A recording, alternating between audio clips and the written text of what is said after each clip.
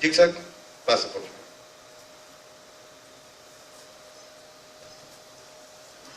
Muy buenos días, compañeras y compañeros de parte del Consejo de Participación Ciudadana y Control Social, darles la bienvenida. Les comento brevemente qué es el Consejo de Participación. Es parte de la quinta función del Estado, de la función de transparencia y control social. Nuestras atribuciones, nuestras funciones es poder promover la participación ciudadana a través de varios mecanismos de participación, de control social, etc. Uno de estos mecanismos es precisamente, desde el área de promoción de la participación, el espacio de deliberación pública. ¿Cuál es el objetivo de este espacio? Es poder identificar temas de interés local, de interés nacional, para poder incidir en la gestión pública. En este momento ustedes se reúnen y deliberan sobre un tema de interés local o nacional.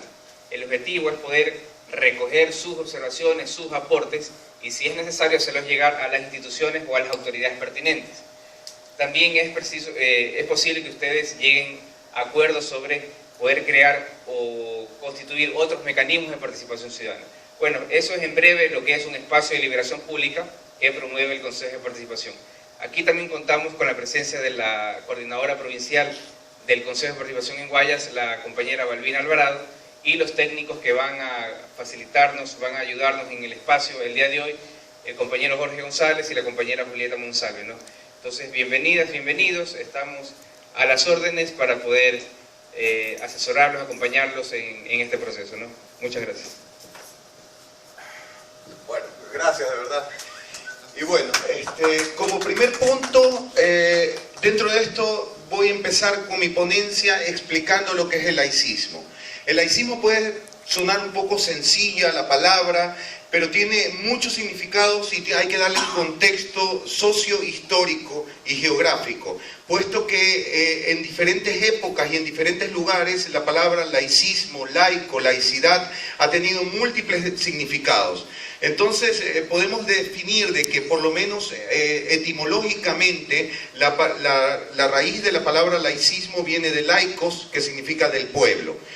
Tiene un origen canónico, tiene un origen cristiano, puesto que laicos se designaban a las personas que estaban fuera de la iglesia, pero creían en determinados dioses, o sea, eran creyentes pero estaban fuera de la institución religiosa como organismo en sí mismo. Y bueno, ese significado fue cambiando a través de la historia, llegando al punto de ustedes saben, la iluminación, la cuestión del racionalismo, más o menos por el siglo XVI, donde la palabra laicismo apareció con bastante fuerza y empezó a significar, a dar el significante de anticlericalismo. Ustedes saben, ya con la Revolución Francesa se asentó ese tipo de significado, y vale la pena que hagamos un recordatorio qué ha significado el laicismo, por lo menos en el Ecuador, en nuestra área geográfica. El laicismo se puede decir de que podemos antes haber pensado de que era algo inherente al Estado ecuatoriano, pero nos hemos dado cuenta de que los significados que le da a cada grupo son diferentes. Les cuento que en el titular del periódico del Telégrafo que nos sacaron, no sé si tuvieron la oportunidad de ver, por la carta abierta a Monseñor Antonio Arregui, arzobispo de Guayaquil, de titular en el Telégrafo salía ateos ecuatorianos e Iglesia Católica coinciden en defender el laicismo. Coinciden en defender el laicismo, pero son diferentes significados completamente. El laicismo para los grupos religiosos es una especie de laicidad positiva, en la cual ellos se manifiestan de que como son supuestamente el 80% de los ecuatorianos, ellos representan el poder civil y sus decisiones tienen que ir condicionadas hacia el gobierno ecuatoriano. O sea, ese es el laicismo que ellos lo vinculan, por eso siempre tratan de ingerir con sus decisiones dentro de políticas estatales. Ahora, el concepto de laicismo que por lo menos nosotros manejamos es el que voy a desglosar poco a poco históricamente. Al principio, ustedes saben, en 1830 se formó la República del Ecuador, pero la primera constitución fue prácticamente copiada de lo que era la constitución de España principalmente, donde había mucho peso de la Iglesia Católica. Ustedes saben de que eran los reyes católicos prácticamente que financiaron mucha de esta aventura hacia América y el descubrimiento, entre comillas, de nuestras tierras.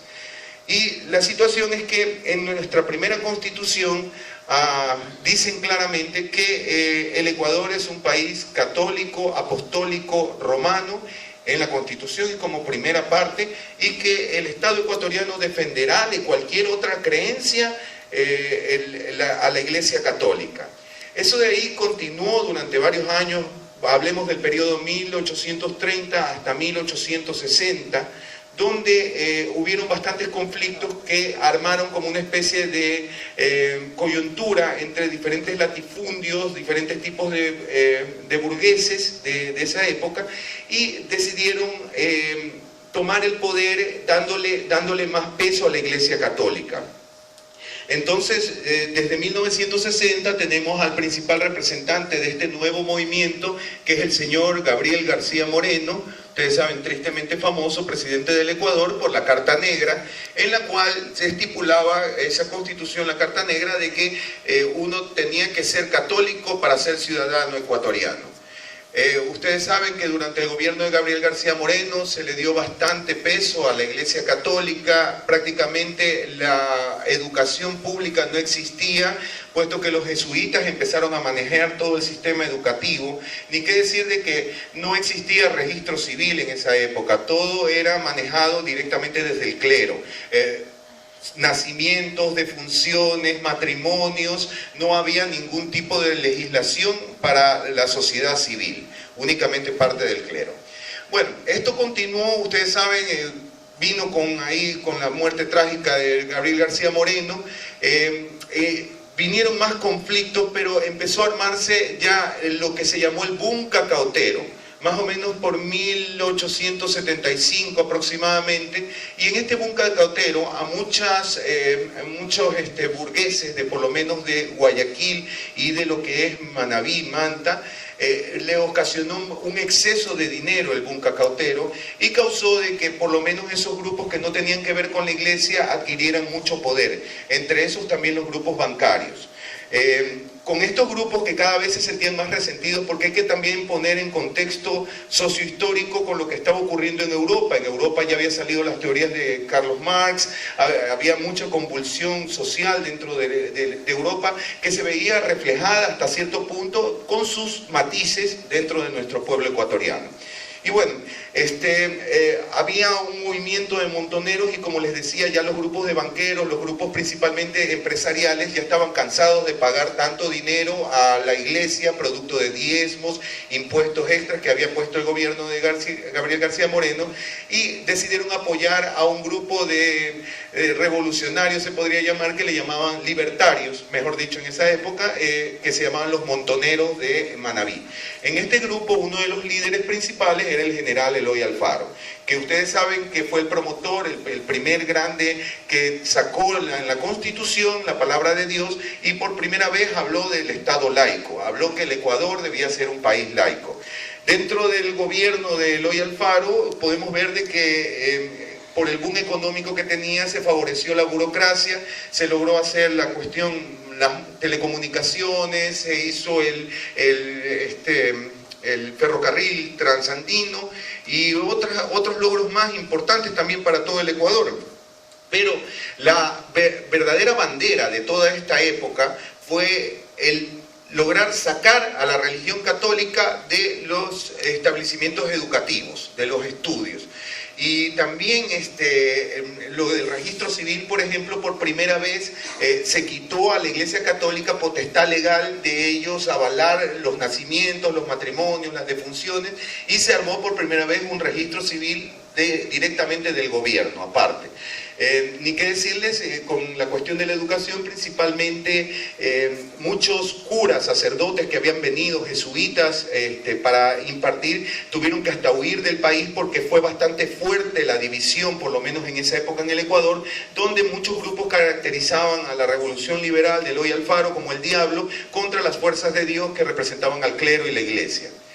Bueno, esto terminó, ustedes saben, con la muerte del general Eloy Alfaro. De ahí se puede decir que los ánimos se caldearon dentro de nuestra nación y se armó como una especie de pacto tácito entre lo que era el gobierno y lo que era la iglesia en los siguientes gobiernos que siguieron adelante.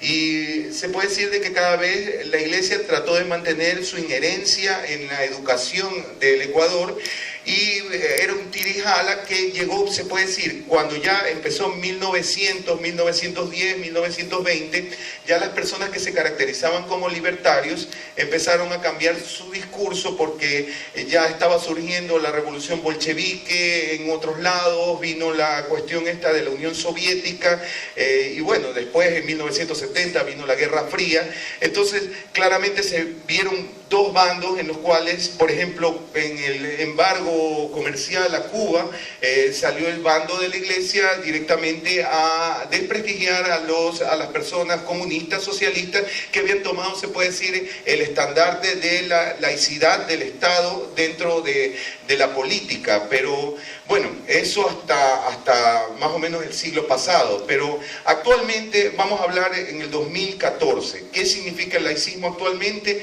El laicismo significa la separación del Estado de la Iglesia. Yo les voy a dar un breve resumen de lo que he hecho. A ver, revuelto la papa. Perdón, Gustavo. Sí. Si podemos hacer una sola por supuesto, puntuación. Sí. Cuando te refieres al tema de la revolución liberal, aclaremos bien, en el contexto todos sabemos pues que era la revolución liberal. Has mencionado dos veces el tema de los libertarios, que actualmente es un grupo bien identificado como de una bajísima significación política y muy problemático. Entonces, para ponernos en contexto, por supuesto, deberíamos separar completamente. Es verdad, así es que los términos van cambiando, los términos van evolucionando, y perfecta tu acotación. De verdad que libertario, lo que significaba en esa época, no tiene nada que ver con lo que significa actualmente, y los conceptos van cambiando. Y bueno, ahora como resumen les doy de que el laicismo es la doctrina que defiende la independencia del hombre o de la sociedad, y más particularmente del Estado, respecto de cualquier organización o confesión religiosa. El concepto de laico cambió con el correr de la historia. La concepción antigua lo limitaba a los hechos religiosos. El concepto de laicismo moderno surge a partir del siglo XVI, principalmente en Francia, al manejarse las ideas humanistas. En los siglos XIX y XX, ya pasa a estar referido a un significado que abarca lo ideológico, sociopolítico y filosófico. En este desarrollo socialmente condicionado se entiende que en el siglo XXI el concepto de laico deberá caracterizarse por girar en torno a una postura que se define también como esencialmente ética. Es decir, el laicismo debe de incluir una dimensión ética. Durante un siglo el laicismo estuvo centrado en torno a la necesidad de no presencia de la religión en los asuntos de Estado y en la enseñanza. Pero el laicismo actualmente no se limita exclusivamente a esa concepción, sino que gira en torno a una idea más amplia de que el Estado y sus instituciones no deben de intervenir en el ámbito de la conciencia individual y colectiva. Yo les doy un ejemplo. Vemos como muchos actos castrenses, principalmente del ejército ecuatoriano, utilizan sacerdotes, utilizan la institución religiosa cuando estamos en un Estado laico. Vemos también como en muchos hospitales públicos utilizan dineros del Estado para, en lugar de comprar medicinas, comprar imágenes religiosas, niños Dios, que eso, bueno, a nosotros no nos interesan mucho los muñecos, pero hay otros grupos de personas religiosas, evangélicos, pentecostales, que no les agrada la figura, y se puede decir que están faltando el respeto al Estado laico al poner una imagen religiosa de una determinada religión antes de un quirófano o dentro de un hospital. Así que el que desee una iglesia, que vaya al lugar conveniente, y el que desee un médico, que vaya al hospital. Históricamente se ha ampliado su referencia, haciendo que hoy en día se deba procurar que el Estado y sus funciones actúan de manera respetuosa de todas las ideas políticas, filosóficas, etc. Así como de las personas y de los grupos que sustentan estos a su vez entre sí. Es fácil ya no más solamente la libertad religiosa lo que debe de velar sus doctrinarios, sino que el principio que la orienta es el respeto recíproco de todas las ideas. entendiendo además al laicismo como el instrumento a través del cual la razón puede ser utilizada como medio para modular las posturas fundamentalistas. Esto es muy importante.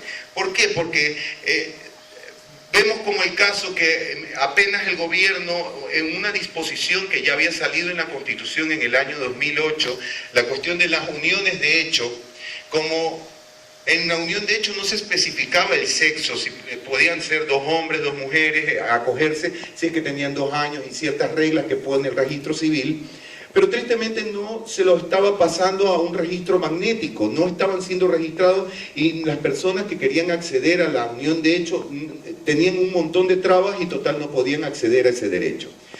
Pero aquí viene lo importante. Gracias a un almuerzo se concientizó la situación de este Estado civil y se armó una apertura para poder reformar la ley del registro civil y poder garantizar a partir del 15 de septiembre del 2014 las uniones de hecho. Inmediatamente salió el arzobispo de Guayaquil, que vale la pena decir que es el presidente del Opus Dei, y también es monseñor, entonces salió inmediatamente a decir de que era una distorsión dar derechos a las familias diversas. Lo que para nosotros realmente fue un poco ofensivo porque siempre estamos trabajando por un Ecuador incluyente. No podemos ir hacia atrás armando apartheids contra personas, contra comunidades de LGBTI porque no comparten nuestra ideología. Y vale la pena decir que muchos de la comunidad LGBTI son personas muy creyentes. Y ahí viene el punto principal de que la unión de hecho no es únicamente para la comunidad LGBTI, es también para nuestra comunidad. Muchos de nosotros no queremos el título canónico de matrimonio, ni queremos llamar esposa, esposo, ni tener ese tipo de cosas, y preferimos una unión de hecho, pasar por un notario y acceder a ese punto para que no se llame con ese título. Y bueno, inmediatamente también se calificó por parte del monseñor de que eran un virus estas actividades y sinceramente vimos la necesidad de sacar una carta abierta que armó bastante revuelo dentro del Ecuador y fuera, llegando hasta el punto que inclusive el Vaticano sacó una misiva dentro de sus medios de comunicación diciendo de que un grupo de ateos ecuatorianos quiere encarcelar, quiere llevar a la cárcel al monseñor, cuando nosotros hemos tenido una postura muy amplia. Inclusive en la carta abierta hablamos: apreciado monseñor Antonio Arregui, queremos un espacio para conversar, únicamente para debatir, para que no se utilicen términos discriminatorios contra determinadas comunidades. Todos respetamos la creencia de cada uno de las personas, pero esas creencias no pueden coartar derechos de terceras personas. Y eso es como muy importante y ha valido la oportunidad para que mucha gente se concientice de que los discursos hay que tenerlos controlados. Los discursos cuando son al público, cuando uno los hace a nivel generalizado, porque cada uno puede tener su opinión particular y eso a nadie se lo puede quitar porque esa es tu libertad individual de ser homofóbico, ser racista o cualquier otra tara social. Pero cuando tú representas una institución y hablas en los medios de comunicación pública, tienes que tener responsabilidad de las palabras vertidas. Y muchas de esas palabras favorecen a un estigma homofóbico que a veces sabe causar violencia dentro de la sociedad. Entonces hay que encaminarnos, como dije al principio, hacia un Ecuador más inclusivo, donde nadie puede estar, donde no haya ciudadanos de primera clase ni de segunda clase. Bueno, ahora para terminar, un Estado laico ha de permitir, en un marco de igualdad de oportunidades, la libre comunicación de las ideas y el desarrollo pleno de la persona humana. Por ello, esta concepción está asociada al concepto de la tolerancia, al respeto que la sociedad le debe a cada uno de sus integrantes y a la posibilidad de que el libre albedrío desarrolle sus facultades. La libertad de conciencia no es excluyente, sino abarcadora. No es limitada, sino comprensiva. El laicismo ha de ser la garantía de convivencia y del equilibrio de la sociedad, permitiendo igualdad de condiciones y formación para una libre elección posterior de acuerdo a una filosofía propia. Muchas gracias. Si tienen alguna pregunta, por favor, ¿alguno de ustedes? ¿Alguien con respecto al laicismo? Entonces vamos avanzando entonces. En este mundo. Ya, y tenemos, a ver, ponme secularización, que muchas veces hay un poco de confusión con estos términos.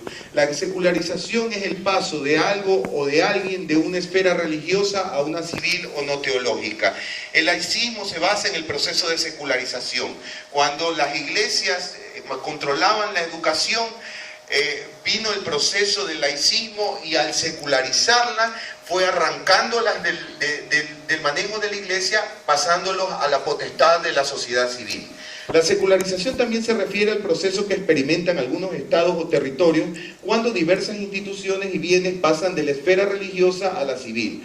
Con la secularización, lo sagrado y lo religioso se hacen más privados y ceden su preeminencia pública a la sociedad en general. Muchas gracias. Eso.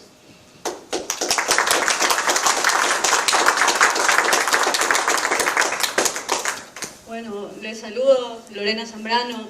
Yo voy a explicarles en sí lo que son los 3 pilares de la Asociación Ateísta Ecuatoriana, por el cual hemos tenido pues algunas controversias, porque tenemos temas muy polémicos, podría decirse, que los 3 pilares de la asociación son, por ejemplo, el laicismo, es el principal por el cual estamos aquí hoy día, ¿ves?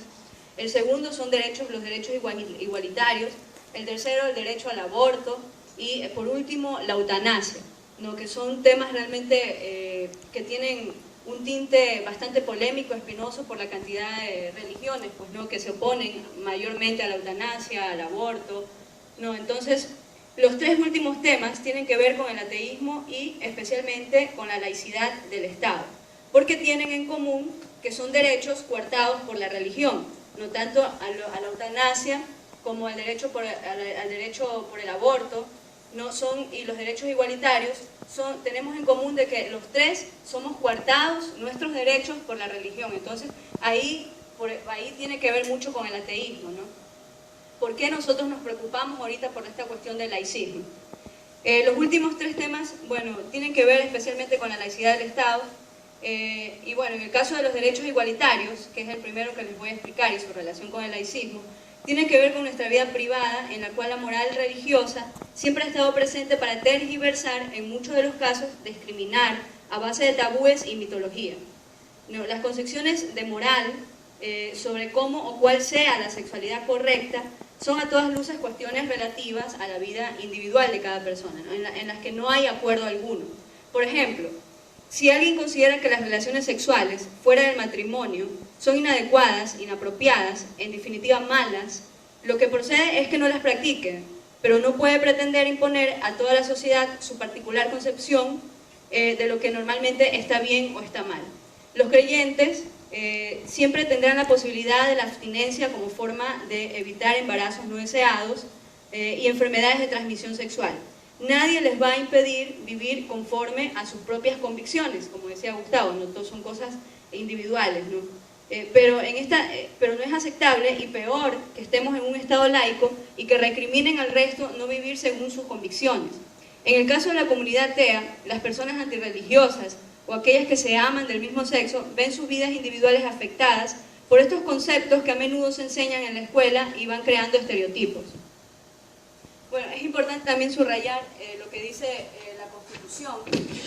Sí, el Ecuador, en el primer artículo de la Constitución dice: el Ecuador es un Estado constitucional de derechos y justicia social, democrático, soberano, independiente, unitario, intercultural, plurinacional y laico, ¿no? Entonces, esto es importantísimo, ¿no? Nosotros debemos de respetar el Estado laico. En la Constitución lo dice clarísimo en el primer artículo, ¿no? Que somos un Estado laico. La cuestión es que los mecanismos del gobierno, por ejemplo, no respetan esto de aquí, o no saben en sí lo que es el laicismo o lo que es en sí un Estado laico. Bueno, y en el artículo 66,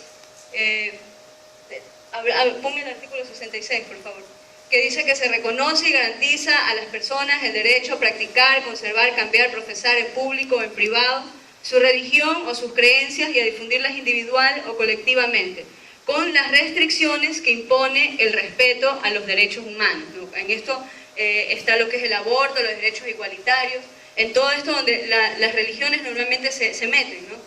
El Estado protegerá la práctica religiosa voluntaria, así como la expresión de quienes no confesan religión alguna, y favorecerá un ambiente de pluralidad y tolerancia. Bueno, y también, ya que les estoy mencionando la cuestión de los derechos igualitarios, no quisiera mencionar una de las luchas LGBT, la Unión de Hecho, como Gustavo les acababa de explicar, ¿no? Como Estado civil, que apoyó la Asociación Ateísta Ecuatoriana precisamente porque eran unos grupos religiosos y del Opus Dei que trataron de desinformar a la ciudadanía con conceptos bíblicos sobre la familia o los gustos sexuales. Cabe mencionar que se logró la Unión de Hecho como Estado civil, una reforma que beneficia no solo a los homosexuales, sino a personas ateas o ateos o de cualquier creencia que no quieran casarse bajo las leyes de alguna religión. Esto es una pequeña muestra de cómo debería funcionar el laicismo en todas las instancias gubernamentales, ¿no? Y por otra parte, apoyamos las luchas feministas, ¿no? Ya entrándonos a la cuestión del aborto, sobre el derecho al aborto, pues son los grupos religiosos principalmente los que se oponen a este derecho, tomando de justificativo la siguiente falacia religiosa. La vida empieza desde la concepción, y bueno, esto es algo que está inclusive en la propia Constitución, que habría que revisarlo, ¿no? Hacer una revisión con la cuestión que vamos a sacar el observatorio, ¿no? Para eso mismo, para ver en qué instancias del Estado se está pues respetando lo que es el Estado laico. Bueno, y aquí en lo que les quería citar, ¿no? Para aclararles objetivamente el asunto de la cuestión de que la vida empieza desde la concepción, lo que dice un científico y comunicador de la ciencia de la astronomía y otras ciencias naturales, Carl Sagan. Bueno, pese a las numerosas afirmaciones en contra, la vida no comienza en el momento de la concepción. Es una cadena ininterrumpida que se remonta a los orígenes de la Tierra hace 4.600 millones de años. Tampoco la vida humana comienza con la concepción, sino que es una cadena ininterrumpida que se remonta a los orígenes de nuestra especie, hace cientos de miles de años. Más allá de toda duda, cada espermatozoide y cada óvulo humano están vivos. Bueno, esto quiere decir que, bueno, a diario en seres humanos, en potencia, cuando los hombres se masturban, por ejemplo, matan vida humana a diario, cuando las mujeres también pues menstruamos, también estamos pues los óvulos que salen, la sangre menstrual, no son cosas que se ven como asesinatos, ¿no? Para ciertas personas religiosas. Bueno, estamos rodeados de vida, pero en sí la existencia o la vida del ser humano es un tema que corresponde más a la ética y a la filosofía, ¿no? Otra cosa son los derechos y la salud que demanda una mujer cuando pasa por un embarazo no deseado. Para un ateo o un pueblo más o menos pues ilustrado, ¿no? Y en el caso que estamos en un estado laico, podría decirse que la educación debería de ser laica, ¿no? Aquellos que han aprendido a usar el sentido común de la ciencia saben que el comienzo de la vida humana no está determinado por ninguna religión. Por eso ninguna creencia debe interferir en la educación ni en los derechos de las mujeres. No se debe dar más importancia por encima y encima mitificar a un embrión, mórula o feto que a una mujer consciente de sus derechos y con problemas psicológicos, gracias pues a un embarazo no deseado. O bien uno se interesa por el conjunto de células que es el feto, o bien uno se interesa por la madre, que es un ser humano completo y consciente. La decisión es la que corresponde a un problema moral y político que demuestra una escasa comprensión y práctica de la laicidad por parte de los mecanismos del Estado. Bueno, en nuestros cuerpos no decide ninguna religión, ¿no? Tanto para la eutanasia como para el aborto, porque estamos decidiendo por nuestros cuerpos, ¿no? Por nuestra vida, ¿no? No decide ninguna religión, decide la persona afectada y el Estado tiene que garantizar que esas mujeres tengan acceso a buena información y atención médica de calidad, porque el aborto pues es un tema de salud pública. Como le decía pues una amiga también partidaria del ateísmo, Rosana Alvarado. Bueno, y también de la laicidad. Desde la perspectiva feminista ilustrada, hemos visto y vemos el despliegue del feminismo fuertemente vinculado a los procesos de racionalización y va a la conexa privatización de la religión. Es decir, concebimos el feminismo también indisolublemente ligado al proceso de laicidad del Estado. Principalmente porque todas las religiones, especialmente los monoteísmos y sus clérigos, han mostrado siempre una irrefrenable obsesión por reglamentar lo que las mujeres y hombres deben hacer y dejar de hacer. Bueno, como dice una frase, saquen sus rosarios de nuestros ovarios, ¿no? Yo quería también acotar, en la foto que ustedes ven aquí, fue el día 15 de septiembre cuando por primera vez el registro civil empezó la cuestión de la unión de hecho. vinieron grupos de evangélicos y pusieron un cartel, pero ocurrió un fenómeno interesante. Ellos pensaban llamar a la gente invocando a la Biblia y impedir el paso a las parejas homosexuales que logren ingresar dentro del registro civil a practicar la unión de hecho. Pero ocurrió todo lo contrario, la gente empezó a rechazarlos y tuvieron que ir al otro lado de la calle y todo funcionó bien. Y eso por lo menos a mí me lleva una esperanza que el Ecuador está cambiando. Porque yo estaba seguro de que quizás en otra época hubieran llamado un montón de gente y la mayoría de personas se hubieran puesto de parte de los grupos fundamentalistas. Pero eso no ocurrió y creo que no va a volver a ocurrir. Eso, nada más esa acotación. Bueno, ahora vamos para terminar ya la cuestión de la eutanasia. Darles una pequeña reseña histórica, ¿no? La eutanasia viene del griego eutanasia, que significa muerte humana, es la acción u omisión que acelera la muerte de un paciente desahuciado con su consentimiento, con la intención de evitar sufrimientos y dolor. La eutanasia está asociada al final de la vida sin sufrimiento, ¿no? Una vida, un buen morir, como que así se le dice, ¿no? Como tenemos derecho a una vida digna, también tenemos derecho a una muerte digna. La civilización griega fue la primera en utilizar la palabra eutanasia. Para ellos significaba tener una muerte buena, no solo era aprobada por la civilización, también por el Estado, ya que los gobernantes contaban con un veneno para todo el que deseaba morir, donde también se les entregaba una autorización oficial expresada como aquel que no desea vivir. Debe exponer los motivos al Senado y una vez lo haya recibido puede quitarse la vida. Esto sucedería básicamente en Atenas. No, es necesario que todo paciente conozca la realidad de su estado de salud y que pueda pues de esta manera decidir informadamente por este derecho, ¿no? Por un derecho que se va a empezar pues a debatir con la cuestión del observatorio. Por ahora la eutanasia queda fuera de muchos códigos en nuestro país, ¿no? Pero llama la atención cómo se han implementado en diferentes países del mundo. Está despenalizada desde el 2002 en Bélgica, uno de los únicos 3 países en Europa, junto con Holanda y Luxemburgo, donde el procedimiento es totalmente legal. Si bien es cierto que en el Ecuador no existe tal figura de la eutanasia, pero así como se han implementado leyes a favor de una vida digna, también creo conveniente el debate por el derecho a una muerte digna, principalmente si estamos en un Estado laico, ¿no? Ahora bien, la laicidad del Estado deja listo el campo para empezar a debatir sobre este tema y por consiguiente generar nuevas leyes que garanticen el derecho de todos y de todas a una muerte digna. La despenalización de la eutanasia no significa obligatoriedad absoluta. No se puede imponer el criterio de un conglomerado al ordenamiento jurídico de todo un territorio, por lo que el derecho debería asegurar los mecanismos para regular el acceso a la eutanasia de los pacientes interesados, que cumplan unos requisitos específicos legalmente, así como de la legalidad y transparencia de los procedimientos. La postura de las iglesias cristianas, católicas, evangélicas y pentecostales, en tanto, a nivel mundial es mayoritariamente contraria a la eutanasia y al suicidio asistido. Entonces aquí vemos por qué es muy necesario el laicismo, más que nada en estos temas, ¿no? Como es la eutanasia. Lamentablemente, en este tema también hay mucha desinformación, ¿no? Influenciada principalmente por la religión, y muchas veces las personas que toman esta decisión no son tomadas en cuenta, ¿no? Por sus familiares ni por los médicos debido a sus creencias religiosas, y se ven obligados a seguir con una vida de sufrimiento que no desean. Por eso es importante hacer un llamamiento a todas las instancias constitucionales para que garanticen la separación entre Iglesia y Estado. También aseguren que las mujeres y hombres no se vean sujetos o sujetas a políticas o leyes influenciadas por alguna religión. Por ejemplo, en el ámbito de la educación científica, la salud, la familia, el divorcio y el aborto. Entre los médicos existen criterios distintos acerca de los temas tratados, pero no se trata de ver cuáles son las preferencias personales de los galenos, sino la importancia del laicismo como la mejor forma de encontrar alternativas y soluciones ante problemas reales de interés general y cotidiano.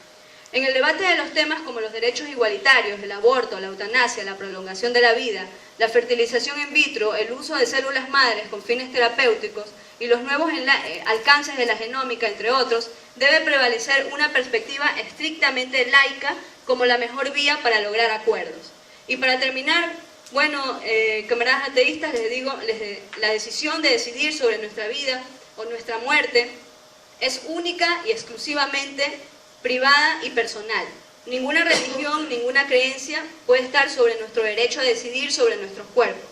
Bueno, ¿una democracia es laica o no es democracia?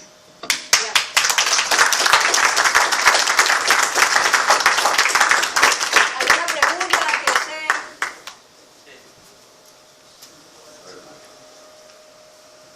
Compañeros, con todos ustedes, muy buenas tardes.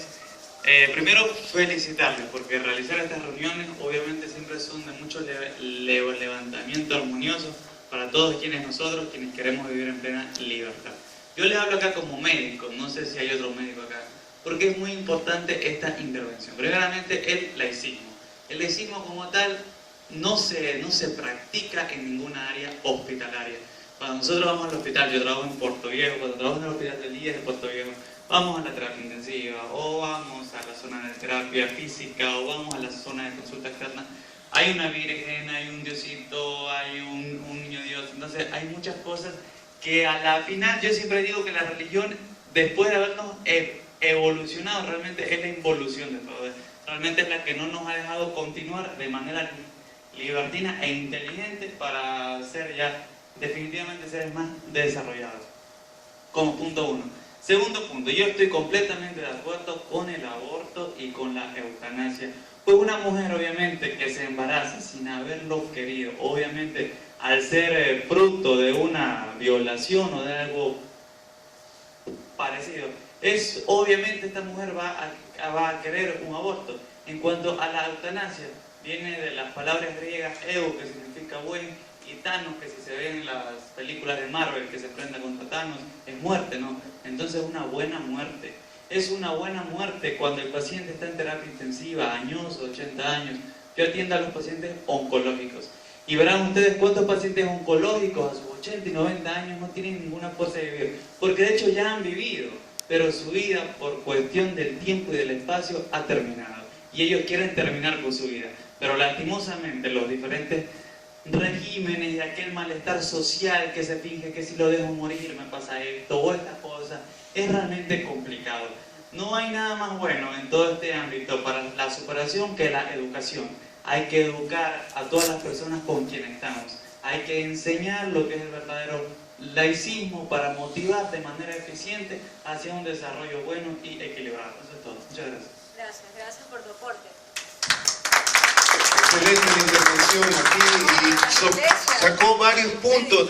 De verdad que los médicos son los más ahí. Cuando el paciente se muere es porque Dios lo quiso así. Cuando el paciente vive es porque Dios quería tenerlo junto con nosotros, pero nunca es el médico que ha tratado bien al paciente. Pero bueno, siempre gana Dios. Sí, por favor, sí. Buenas tardes con todos. Sobre la pregunta de la eutanasia, quiero plantear las siguientes. Que en el caso en que la persona no se encuentre en capacidad de hacer uso de sus facultades mentales, ¿en quién o quiénes recaería la decisión o a través de qué puntos concretos se puede tomar una decisión? Personas interesadas. Excelente pregunta, Alcides, y podemos ver eso en las legislaciones de la mayoría de países de Europa, por lo menos de medio Europa, en los cuales hay un tribunal compuesto por psiquiatras, médico general, en el cual hacen la evaluación general del paciente y por supuesto junto con sus familiares para ver si toman esta dolorosa decisión o no.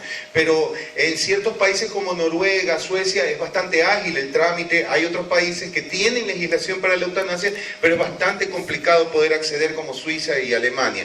Pero el objetivo es ese, de que se respete la decisión de uno, de la persona. Uno puede, desde que está consciente, uno puede dejar hecho ya un documento en el cual uno pide expresamente si ocurre un accidente cardiovascular o hay bajo pronóstico de continuar la vida, inmediatamente pueda él recurrir a esta instancia. Si es que hubiera realmente la legislación, que no existe actualmente, y eso se va a tratar de hacer. Yo les cuento que he tenido una experiencia bastante triste. Hace 2 semanas tuve que visitar Solca, ya que están hablando de pacientes oncológicos, y Para que se enteren, actualmente no hay medicamentos para aliviar el dolor. Y muchos pacientes tienen que pasar sus últimos días de vida realmente en algo que a mí me parece hasta morboso, me parece perverso del ser humano, causar tanto sufrimiento a personas que deberían. Y nosotros, si llegamos a formar el observatorio, nos comprometemos a ir y armar documentos, documentarlos con filmaciones, personas que están sufriendo, personas que si hubiera una legislación correspondiente ya hubieran optado por la eutanasia. Entonces hay que visibilizar esto de aquí. Tristemente quedan encerrados en los hospitales, nadie ve este sufrimiento, no les llama la atención a los medios de comunicación, nadie saca un reportaje, pero no, ahí tenemos que estar nosotros para vigilar esta situación y concientizar a la gente, que la gente vea estos casos realmente muy tristes, que uno se le parte el corazón. Si mucha gente se pone a llorar por un gato atropellado en la calle, ¿cómo no tener sentimientos para una persona que está en sus últimos días de su vida y tiene que estar soportando tremendos dolores y todo? Bueno, si no hay otra pregunta, pasamos a la siguiente ponencia. Bueno, otra más, Sí. pero más es de opinión. Sí, O sea, dale, para, Arce. que cada uno saque su opinión. Si también la eutanasia se permitiría a personas que están privadas de su libertad. Es que ahí viene un punto, como yo les dije al principio, la eutanasia es de dos tipos, la pasiva y la activa. En la activa el médico, el departamento médico te ayuda a obtener medicamentos para terminar tu vida, mientras que en la otra tú únicamente rechazas los tratamientos y te vas para tu hogar. Tanto las personas, las PPL, las personas privadas de libertad, tanto como las personas normales, civiles, deberían de tener ese derecho.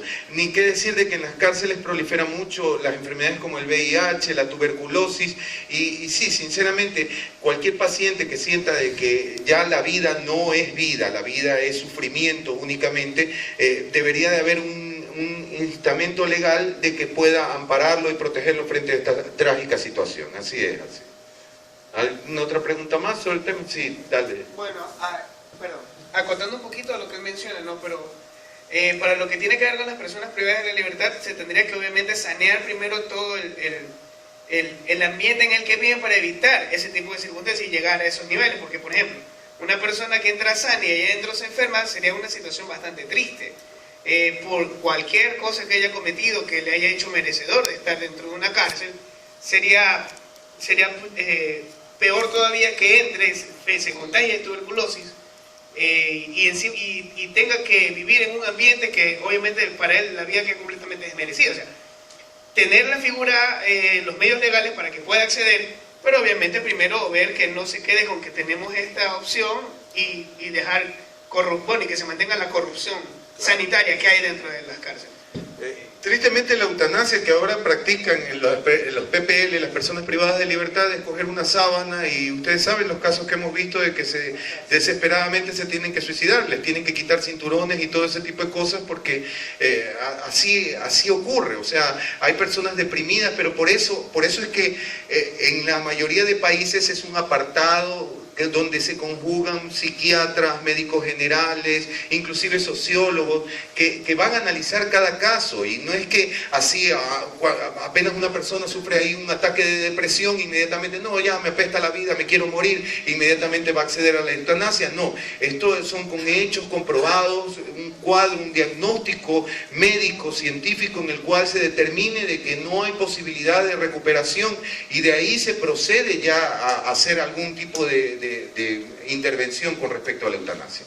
Bueno, en este momento vamos a la siguiente ponencia de nuestro coordinador general de Quito, Andrés Caicedo. Es un honor para mí presentarlo, y va a hablar sobre victimización y privilegios. Gracias, Gustavo. Perdón. Voy a moverme un poquito.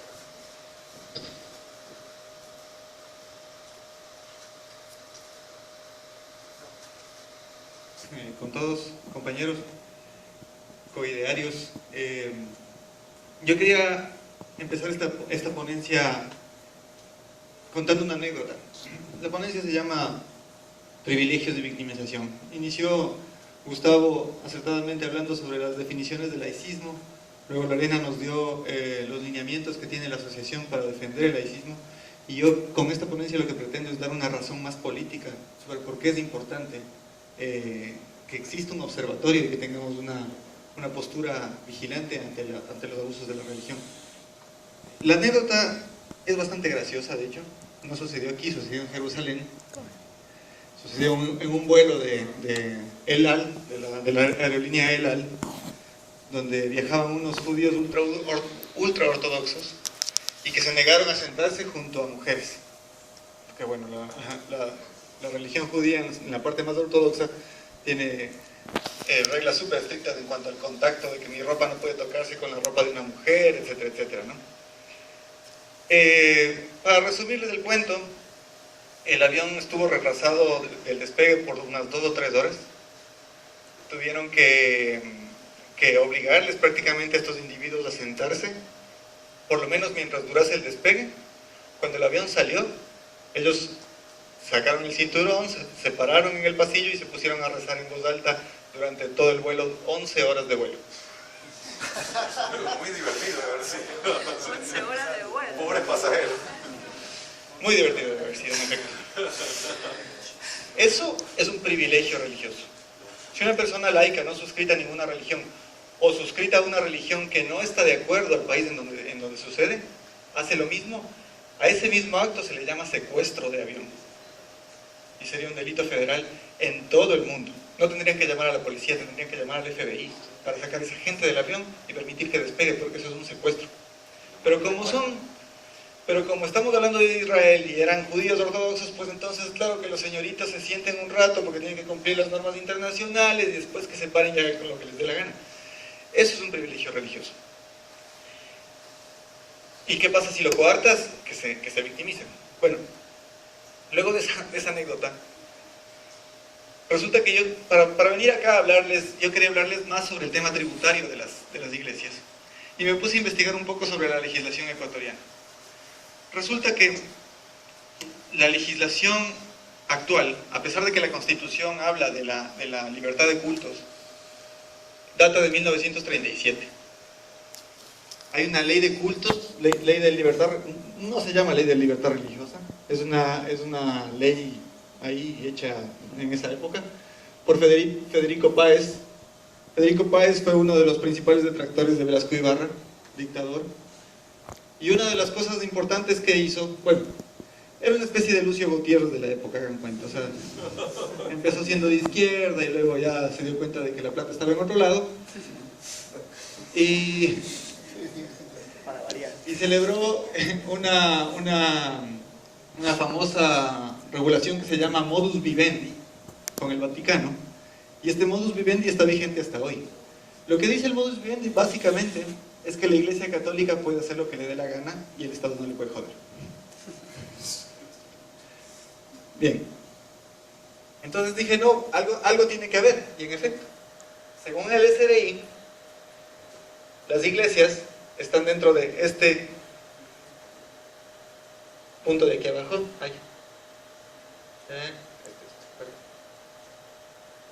Aquí. Misiones y organismos internacionales, sociedades y organizaciones no gubernamentales sin fines de lucro, como por ejemplo las dedicadas a la educación, entidades deportivas, entidades de culto religioso, entidades culturales, organizaciones de beneficencia y otras. Así están definidas las instituciones religiosas dentro del servicio de rentas internas. Y las obligaciones tributarias que tienen, como pueden ver aquí, son todas. Tienen que declarar el impuesto a la renta, tienen que declarar mensualmente el IVA, tienen que hacer declaraciones de retenciones a la fuente, bueno, y en fin, y los anexos que correspondan, ¿no? Con ciertas excepciones, que tengan grabados menos impuestos, etcétera, etcétera.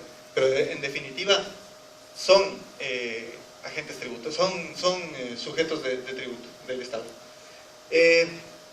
Yo no sé si alguien haya visto alguna vez una organización religiosa pagando impuestos, o por lo menos mostrando públicamente qué es lo que ingresa a sus arcas y sobre qué base tienen que declarar. Ese es el punto. Yo tuve un debate con la presidenta de las iglesias evangélicas y le pregunté directamente cómo ellos pagan, cómo ellos hacen sus aportes al SRI, y ella lo que me dijo es que ellos todo el dinero que tienen de exceso lo utilizan para limosna, para obras sociales y todo eso, y por eso no tienen que declarar nada. Lo que pasa es que ellos utilizan también la figura de donación. Exacto. Ellos utilizan, ellos reciben el diezmo, tanto la iglesia evangélica como la iglesia católica reciben la donación, entonces eso no entra como una figura de un hecho generador de renta, sino como donación, y esa es una figura un poco ambigua. Exactamente. Dentro de la figura tributaria. Entonces se valen de eso para no declarar. Exactamente. Y esa es la palabra que estaba buscando, muchas gracias. Ambigua. Ese es el problema que tenemos actualmente con la legislación ecuatoriana. Tenemos una ley de 1937 que le da todos los beneficios a la Iglesia Católica, tenemos un reglamento interno del SRI que les obliga a tributar, pero entonces aquí todo el mundo hace lo que le da la gana, porque no está definido. Hay contradicciones por todas partes. Para solucionar estas contradicciones, sorpresivamente, se conformó una organización que se llama CONALIR, que es el Consejo Nacional de la Libertad Religiosa, y lo organizan líderes religiosos de religiones minoritarias, obviamente. O sea, no van a ver ahí un cura católico en la vida, ¿no? Ellos iniciaron un proyecto de ley que se llamó el Proyecto de Ley Orgánica de Profesión Religiosa, perdón, no, esta no es. Proyecto de Ley de Libertad e Igualdad Religiosa. Y esta ley se empezó a modificar a través de las mesas de discusión y terminó siendo la Ley Orgánica de Profesión Religiosa y Ética Laica. Y a ella no les gustó, porque incluía la ética laica. Entonces, ¿qué pasó con esta ley? A través de todo, como ellos mismos las proponen, y después de un rato, por las diferentes modificaciones que tienen que hacerse, ya no les cuadra, entonces empiezan a boicotearse su propio proyecto. Y finalmente, lo que empezó a pasar es que teníamos opiniones de diversos líderes o personalidades evangélicas. Por ejemplo, este es un blog de un evangélico que dice: Ecuador, una carta que denuncia una ley intolerante de culto. La intolerancia estaba justamente, supuesta intolerancia estaba justamente en decir que los pastores no pueden ganar un exceso de sueldo en comparación al resto de personas civiles, que las iglesias tienen que declarar impuestos o al menos declarar rentas para saber sobre qué en dónde se basan sus ganancias, que no se pueden profesar en sectores públicos ningún tipo de religión, es decir, como decía Gustavo, en hospitales, en ministerios, en fin. Y claro, también se sumaron los que están adscritos al catolicismo, que es nuestros amigos del comercio, la señora Guadalupe, que siempre... Entonces, claro, empezaron a haber comentarios sumamente negativos respecto a la ley. Y claro, estos eran básicamente los lineamientos del proyecto. Que la educación, a ver, aquí está arriba. Educación laica. No a las procesiones. Sí, las entidades religiosas podrán efectuar los servicios religiosos en los lugares autorizados para el culto y nunca de forma pública y fuera de dichos recintos. Ya, ok, hay un tema de patrimonio cultural que hay que defender. Si es que hablamos de la procesión de Jesús del Gran Poder o Cristo del Consuelo, probablemente se cruce eso con la ley de patrimonio, que, o sea, no vamos a quitar los cucuruchos, pero... Claro, así es, son cosas tradicionales dentro del Ecuador y son espectáculos. El otro punto de la educación laica... Pero se supone que estamos en un país, que se supone que es laico el país, pues. Sí, pero es parte de la cultura. Parte de la cultura, autónoma. General turismo, ya. Pero en todo caso, regulaba este tipo de manifestaciones, ¿no? O sea, no es que yo como institución religiosa podía salir a la calle abiertamente y coger mi Cristo al hombro y salir feliz de la vida, sino que había una regulación al respecto. Que la educación sea laica, que todos los centros educativos, sea que reciban o no ayuda del Estado, no puedan impartir la enseñanza religiosa como materia optativa u ordinaria. Pero aquí yo hago una puntualización. Nosotros estamos de acuerdo a la enseñanza religiosa, pero no como un dogma, no como la religión católica, la única religión de todas, sino como un estudio antropológico del desarrollo de las creencias, mitologías, etcétera, dentro del ser humano. Que sería, sí, dime... No, termine yo. que sería lo más sano. A la gente deberían de enseñarle que hay culturas como la musulmana, culturas como la budista, culturas como los hinduistas, etcétera, y también de dónde surgen, o sea, no solamente las religiones que actualmente están, sino las religiones que ya han desaparecido antiguamente, las nórdicas, las griegas. Qué enriquecedor sería realmente para la juventud ecuatoriana tener en su manejo todas estas cuestiones de cultura. Tristemente las clases de religión únicamente se han basado en el dogma católico, cristiano, etcétera, y ese es el error. Y ese es el punto más clave que hay que atacar en este momento. Yo les hago una aclaración. Yo soy cristiano católico, pero he venido porque me interesa justamente ese punto, la forma como se ha perpetuado el dominio católico en nuestras sociedades a través de los colegios católicos. Si estamos en un estado laico, debe impedirse toda forma de educación católica. Si los sacerdotes quieren dar educación primaria o secundaria, pueden hacerlo, pero no bajo la perspectiva de una educación religiosa, sino de una educación netamente académica. Y ese debe ser el primer punto de lucha de una sociedad ateísta o laica. Excelente. Empecemos por ahí. Muy bueno. Correcto, sí, muy bien. Buen aporte, excelente. Y bueno, había otros puntos, por ejemplo el tema de los medios informativos, que esto se parece mucho a la regulación que también generó polémica cuando se dijo que los bancos y las entidades financieras no pueden tener medios de comunicación. Bueno, la propuesta era que las entidades religiosas tampoco, por obvias razones, porque hay un conflicto de intereses. Los símbolos religiosos que no se puedan exhibir en lugares públicos, es decir, en lugares de servicios públicos. O sea, si yo tengo un templo y tengo una cruz gigante, bueno, ya es problema mío, pero si es que me voy a hacer lo mismo en un ministerio, en un hospital, en un parque, en un juzgado, estamos en problemas. Que los empleados y funcionarios del gobierno que participen en representación del Estado no puedan conmemorar ceremonias y actos religiosos en nombre del Estado. Que las funciones de instituciones del Estado se abstengan de utilizar artículos de carácter religioso durante las celebraciones, audiencias. Lo mismo por el tema de los funerales y lo mismo para el tema de los planteles educativos. Eso era básicamente, en resumen, lo que decía este proyecto de ley. Entonces, claro, la reacción fue evidente, polémico proyecto de ley religiosa, no queremos que salga. En ese momento también se manifestó Antonio Arregui en contra del proyecto de ley. Y ahí es donde vemos el evidente privilegio que tiene la Iglesia Católica principalmente en nuestro país. Porque cualquier opinión es válida. O sea, ellos salen, dicen su opinión y entonces se la valida y se la toma como verdad y entonces mejor me hago para un lado. Aquí está, bueno, se ingresó incluso a la asamblea el 11 de octubre del 2011.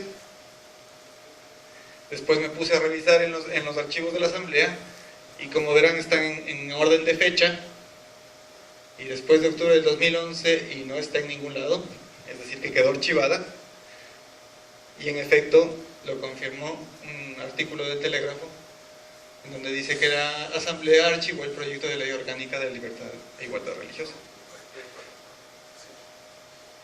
Entonces, como bien puntualizaba el compañero, o sea, nosotros como ateístas quizás hemos incurrido en un error mediático al dejarnos invadir demasiado por la información que nos viene a través del internet, tanto de los Estados Unidos como de los países europeos como España, en donde por un lado tenemos a los Estados Unidos con una predominancia protestante súper fuerte y en donde tienen problemas locales súper graves para enfrentar a las iglesias protestantes, y por otro lado en España o en los otros países europeos en donde su centro está focalizado a denunciar a los fundamentalistas islámicos.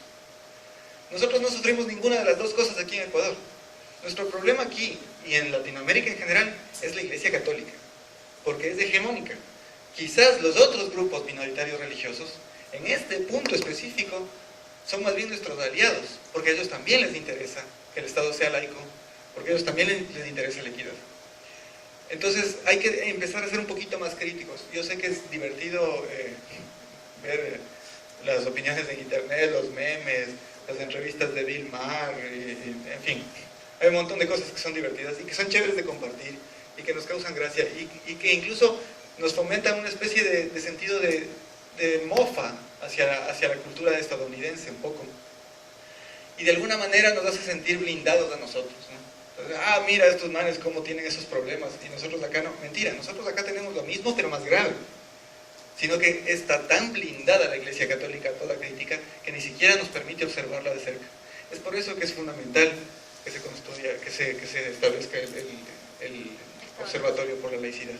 Y bueno, eso era todo lo que quería decir. Gracias.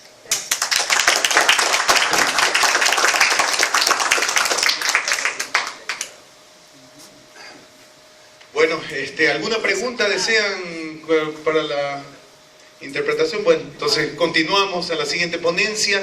Ahora tengo el honor de anunciar al arqueólogo Iván Antizana. Él es director de la Sociedad Secular del Perú, expresidente de la APERAT, de la Asociación de Peruanos de Ateos. Y bueno, es un honor realmente recibirlo. Él ha escrito libros.